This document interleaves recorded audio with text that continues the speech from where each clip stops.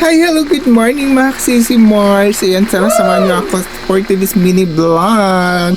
Ituturo ko sa inyo kung paano mag-delete ng Facebook remove violation alerts.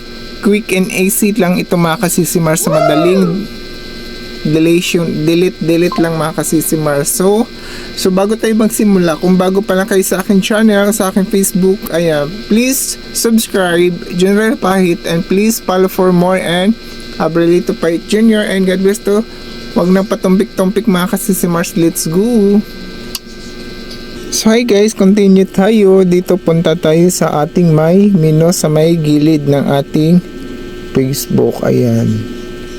Tapos support inbox, your alerts.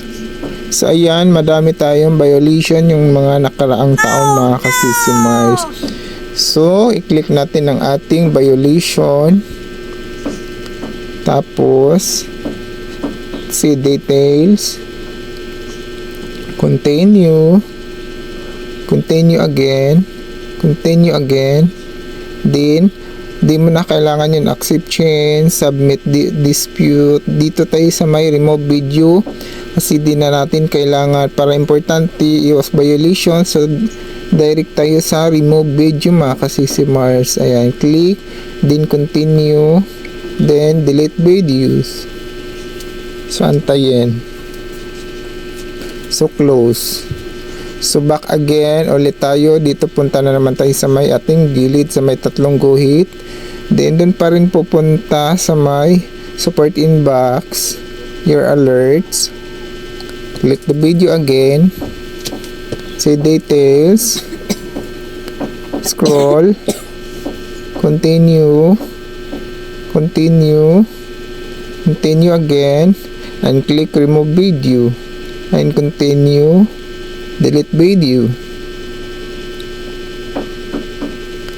So close. So ganun lang kadali mga kasisi Mars mag-delete ng mga violations or reels or videos sa ating Facebook.